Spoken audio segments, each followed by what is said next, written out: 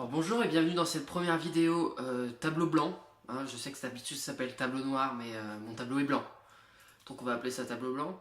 Aujourd'hui on va utiliser cette vidéo pour servir d'introduction aux prochaines vidéos qui parleront de la tactique.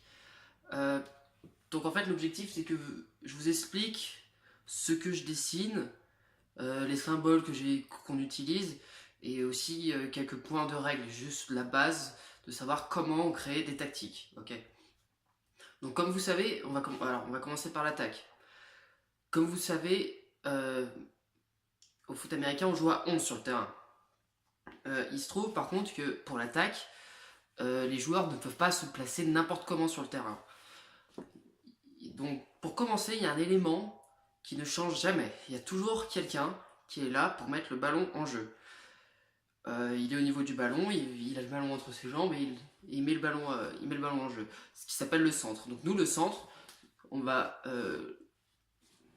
l'illustrer en fait par un carré avec une croix dedans. Donc à chaque fois que vous avez un carré avec une croix dedans, ça va être notre centre. Ça va être celui qui met en place la balle.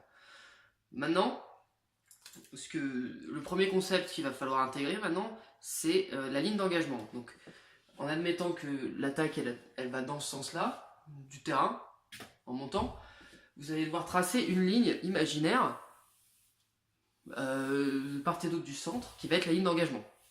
Okay, ce qui va séparer en fait la défense d'un côté et l'attaque de l'autre. L'attaque, elle a des restrictions. Ça veut dire que pour chaque action, elle ne peut pas avoir plus de 4 joueurs en retrait de la ligne d'engagement. A fortiori, ça veut dire que si vous jouez à 11, vous devez avoir 7 joueurs sur la ligne. Vous devez avoir 7 joueurs sur la ligne obligatoirement. Ok. Donc, par exemple, voilà.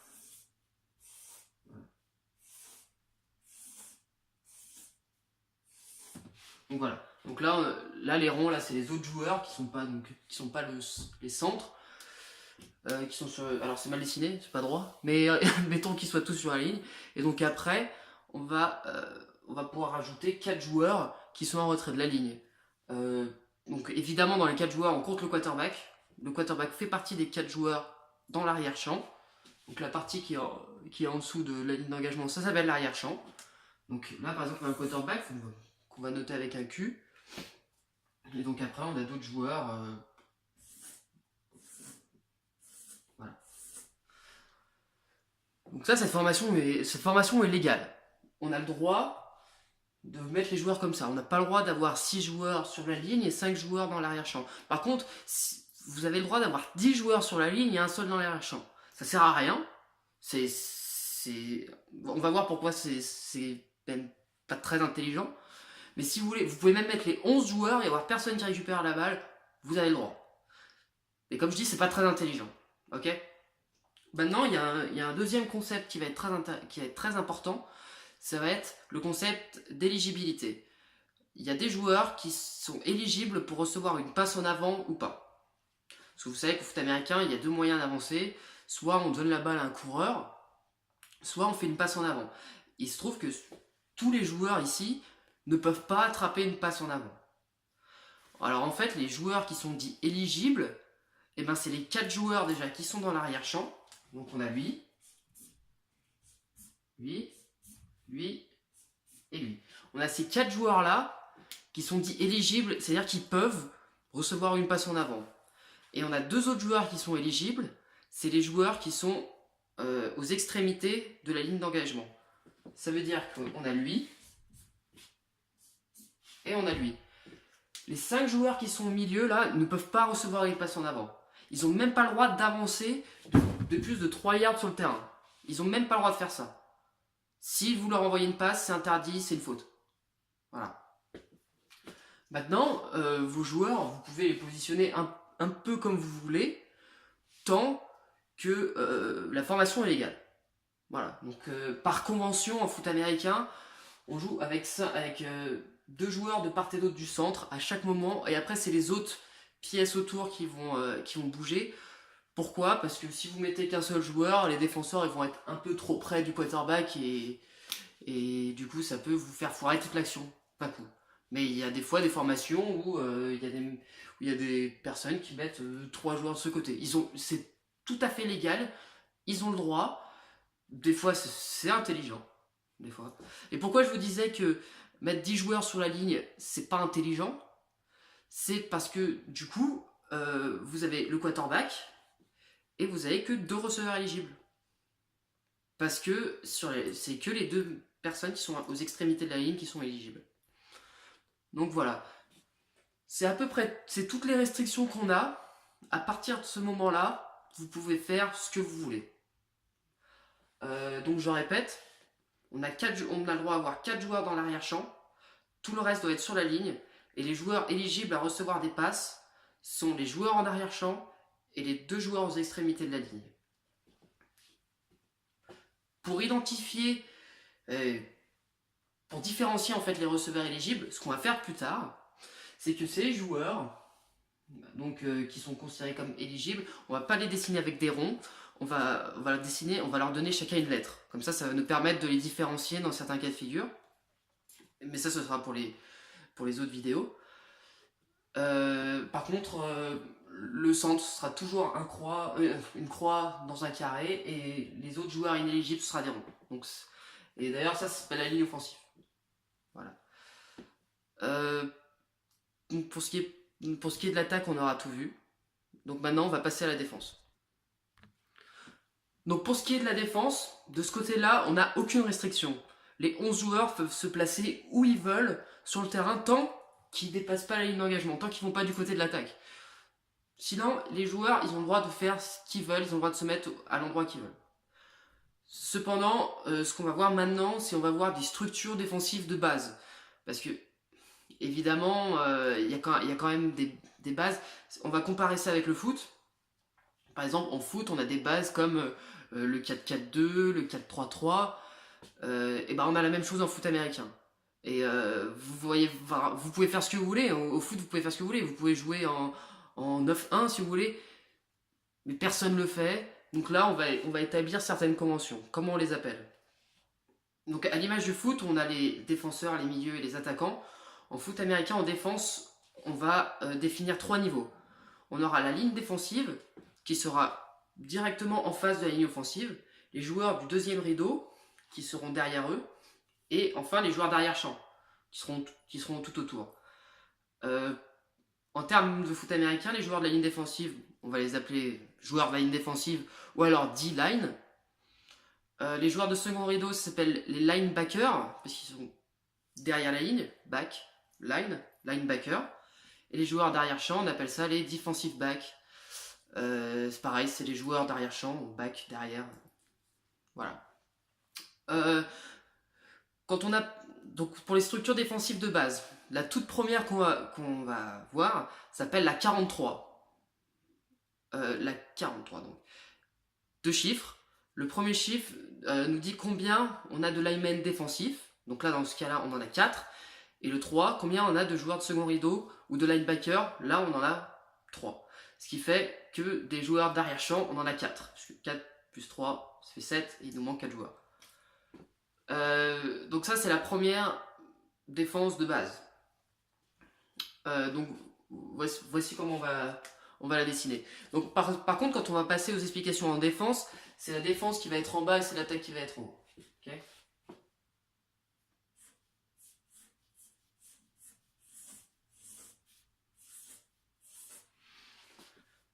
Donc, on a dit qu'on avait, pour la première, on a 4 joueurs sur la ligne défensive. Habituellement, ce qui se passe, c'est que on va rajouter un 6e joueur, parce que on a beaucoup d'équipes qui jouent avec un joueur en plus sur la ligne à 6, ça arrive. On va dessiner comme ça, parce que ça nous arrange pour le moment. On verra plus tard, mais pour le moment ça nous arrange de les dessiner comme ça. Donc sur la ligne défensive, vous avez 3 types de joueurs. Vous avez 2 defensive ends, qui sont les joueurs de bout de ligne sur la ligne défensive, c'est-à-dire qu'ils vont se positionner ici. On a 2 joueurs qui vont être à l'intérieur.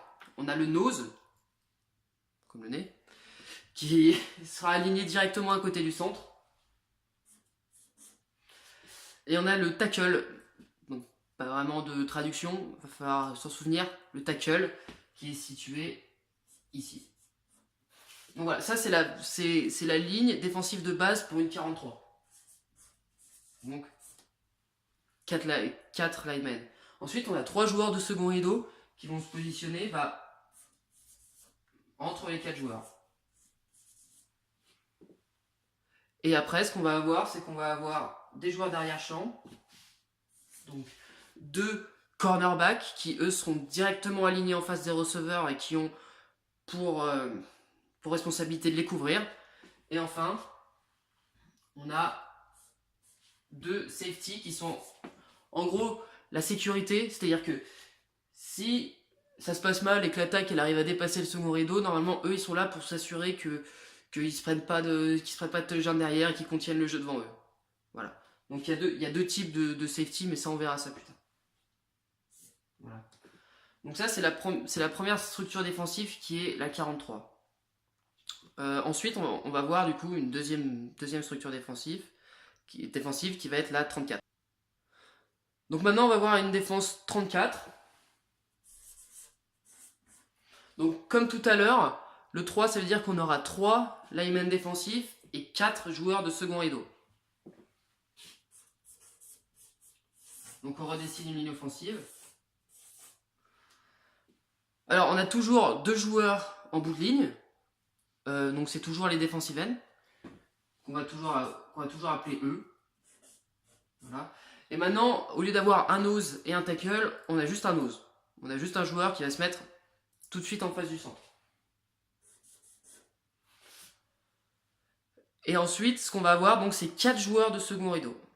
Donc, un joueur ici. Voilà. Et après, ce qui va se passer dans l'arrière-champ, ça ne change pas. On a toujours donc 2 corners et 2 safety.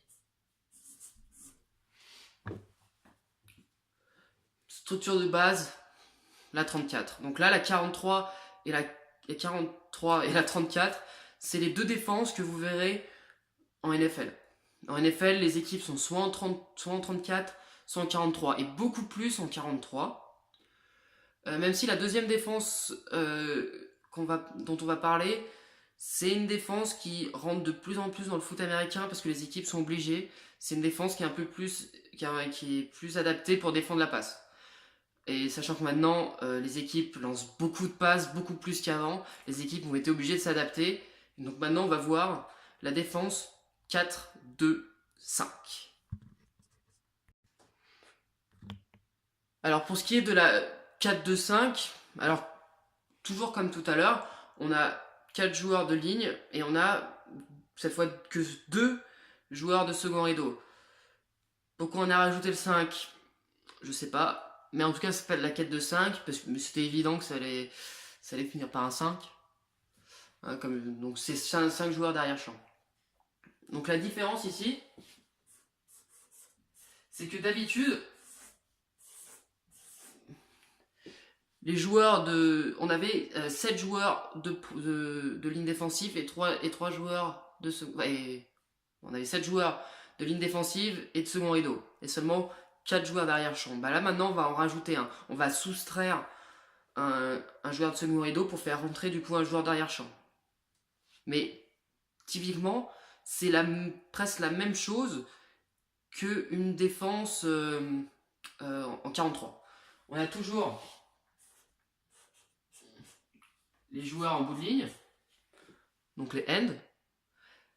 On a toujours un nose et on a toujours un tackle. Ça change pas. Maintenant, comme on a dit, 4-2-5, on a 2 joueurs de second rideau. Toujours nos 2 corners et nos 2 safety. Et on va rajouter donc un 5e joueur d'arrière-champ qui lui va être, en termes de joueurs, ça va être un hybride. Ça va être un peu entre un joueur de second rideau et un joueur d'arrière-champ. Voilà. En termes de profil, il est un peu entre les deux. C'est vrai que les joueurs d'arrière-champ sont souvent des joueurs qui sont rapides, tandis que les joueurs de second rideau sont un peu plus puissants. Et donc là, on va trouver un joueur qui est un peu dans le compromis entre les deux. Voilà. Qu'on va appeler SS comme Strong Safety. Dans ce cas-là, on pourrait trouver d'autres noms. On pourrait l'appeler N. Enfin, après ça, on l'identifiera avant. On va l'appeler comme on veut. Voilà. Maintenant, il nous reste une dernière structure deux dernières structures défensives qui sont typiquement pareilles, qui sont presque pareilles. Et après, on aura vu vraiment les défenses de base. Donc les deux dernières structures qu'on va voir, c'est la 33 stack et la 44 stack. Alors le mot stack veut dire les uns derrière les autres. Quand on dit que deux joueurs sont stack, ça veut dire qu'il y a deux joueurs qui sont l'un derrière l'autre. Ok. Donc dans le cas d'une 33 stack, ce qu'on va avoir... Alors je vais le faire un peu plus petit, comme ça on va pouvoir mettre les deux formations à côté.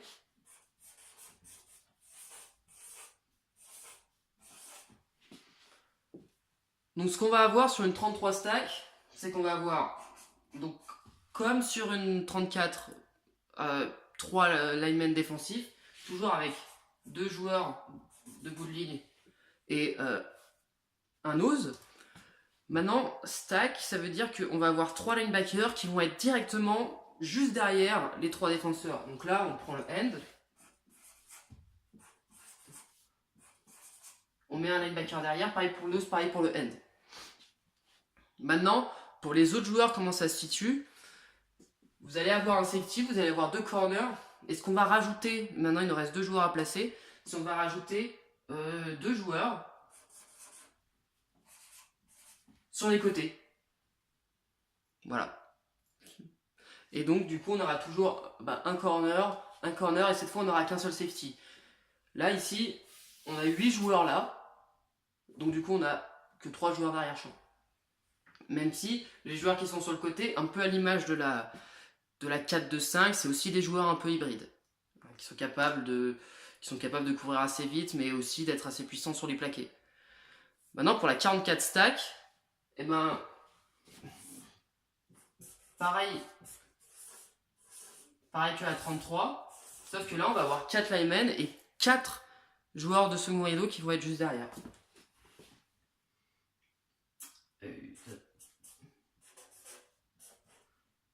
Donc toujours 2 joueurs à l'extérieur, end, un nose et un tackle.